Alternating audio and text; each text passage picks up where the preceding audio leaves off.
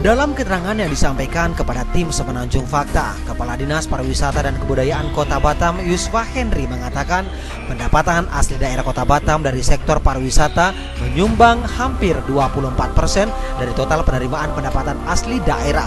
Dari sekitar 325 miliar rupiah pendapatan asli daerah, 74 miliar rupiah disumbang dari sektor pariwisata. Yusfa Henry menjelaskan dalam tahun 2011, kunjungan wisatawan ke Kota Batam mencapai 1.161.538 wisatawan yang menempati posisi ketiga se-Indonesia. Dan berdasarkan data Badan Pusat Statistik, rata-rata pembelanjaan wisatawan sekitar $300 per kunjungan ke daerah-daerah seluruh Indonesia.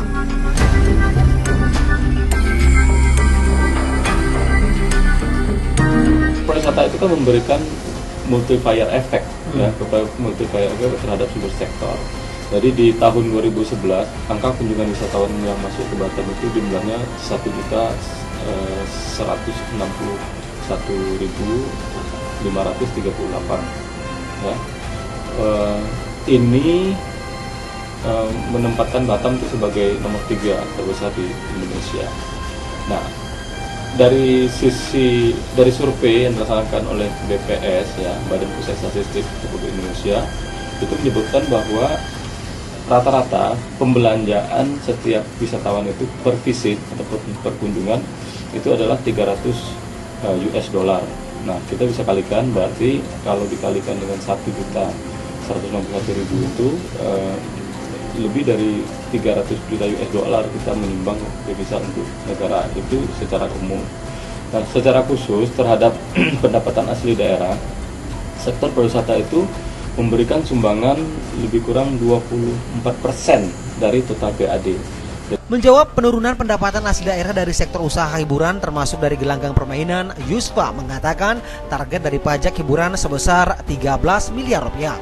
Terrealisasi di angka 12 miliar rupiah lebih. Senada dengan hal tersebut, Sekretaris Pansus Kinerja Dinas Pariwisata Kota Batam, Rusmini Simorangkir, mengatakan pajak hiburan tahun 2011 mencatatkan 12,9 miliar rupiah dengan target penerimaan dari sektor gelanggang permainan 819 juta rupiah yang hanya terrealisasi di angka 190 juta rupiah. 12,9 miliar Per tahun ya? bukan, itulah yang dapat di 2011, tapi hiburannya bukan hanya Gelper saja. Nah, jadi itu akumulasi kan. Potensi kehilangannya akibat penutupan ini berapa banyak sebenarnya? Kemarin kalau dihitung dari jumlah pengusaha yang ikut, yang aktif, potensi yang 2011 beberapa bulan saja itu 810 miliar.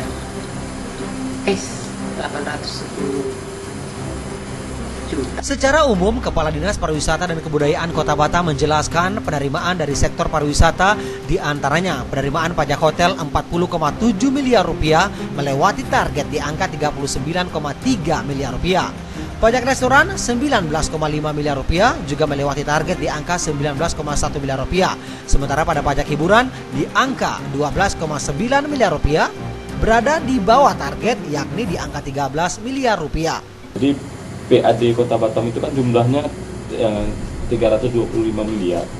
325 miliar itu 74 miliarnya itu ya, 74 miliar itu berasal dari sektor pariwisata. Nah, itu dari baik itu dari pajak hotel, kemudian pajak restoran, kemudian juga ada pajak hiburan. Jadi masing-masing itu pajak hotel itu dari target 39,3 miliar, realisasinya 40,7 miliar. Kemudian dari pajak restoran 19,1 miliar, itu realisasinya 19,5 miliar. Kemudian pajak hiburan miliar, itu realisasinya 12,933 miliar. Nah, Yusva Henry menambahkan secara teknis ada perubahan perda pajak yang baru efektif diberlakukan pada bulan Juli 2011 serta penutupan arena gelanggang permainan yang turut memberikan pengaruh langsung terhadap PAD dari sektor pariwisata. Secara umum targetnya itu naik. Hanya ada satu yang pajak hiburan yang turun itu pajak hiburan ketangkasan elektronik, biliar dan sejenisnya. Jadi kita perda ada dua penyebab. Yang pertama bahwa ada perubahan perda pajak, ya, perda pajak pada tahun 2011 itu, ya, perda pajak itu yang kemudian baru disahkan sekitar Juni apa Juli, saya tidak angkanya sekitar Juli, dan pajak itu efektif baru mulai dipungut sejak bulan Juli itu gitu.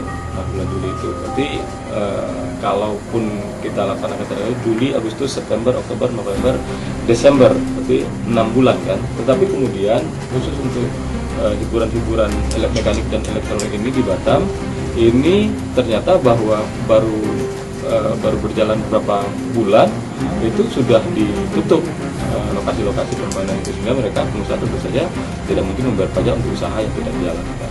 Jadi makanya targetnya itu turun. Ada dua penyebab. Yang pertama memang pemberlakuannya mulai dilakukan di pertengahan tahun, dan yang kedua itu tutup dalam perjalanan tutup sehingga tidak bisa kita optimalkan sampai di Desember penarikannya. Sementara itu menanggapi tindak lanjut Dinas Pariwisata dan Kebudayaan Kota Batam terhadap pengajuan izin baru pengusaha Gelper pasca penutupan oleh Mabes Polri, Yusva menjelaskan pihaknya terus melakukan komunikasi dengan pihak kepolisian, salah satunya melalui surat Kepala Dinas Pariwisata dan Kebudayaan Kota Batam kepada Kapolda Kepri perihal permohonan fasilitasi pelaksanaan standarisasi dan verifikasi usaha gelanggang permainan mekanik elektronik di Kota Batam. Yang dijawab Kapolda Kepri perihal tanggapan permohonan yang menyebutkan berdasarkan penyidikan yang dilakukan Bareskrim Mabes Polri terhadap usaha gelanggang permainan mekanik elektronik di Kota Batam terbukti merupakan perbuatan tindak pidana perjudian.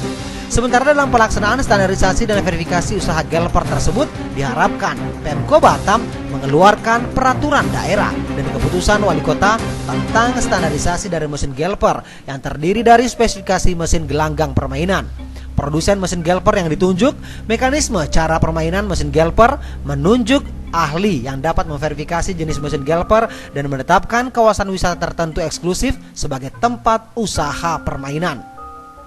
Dan hasilnya sejauh ini Dinas Pariwisata dan Kebudayaan Kota Batam belum merilis izin baru untuk usaha gelanggang permainan.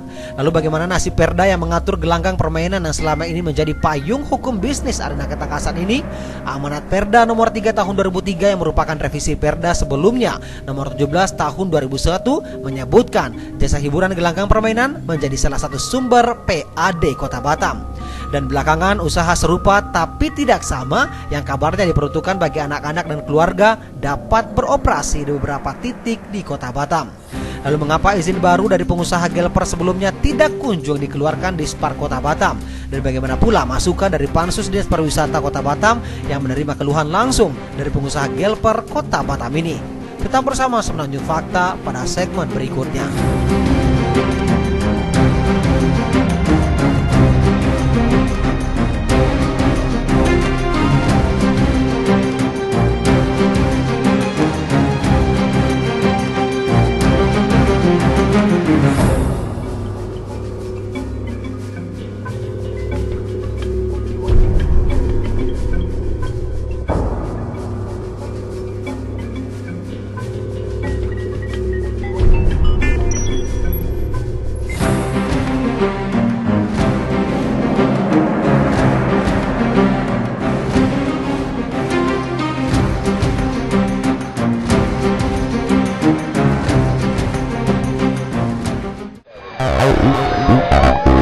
Au.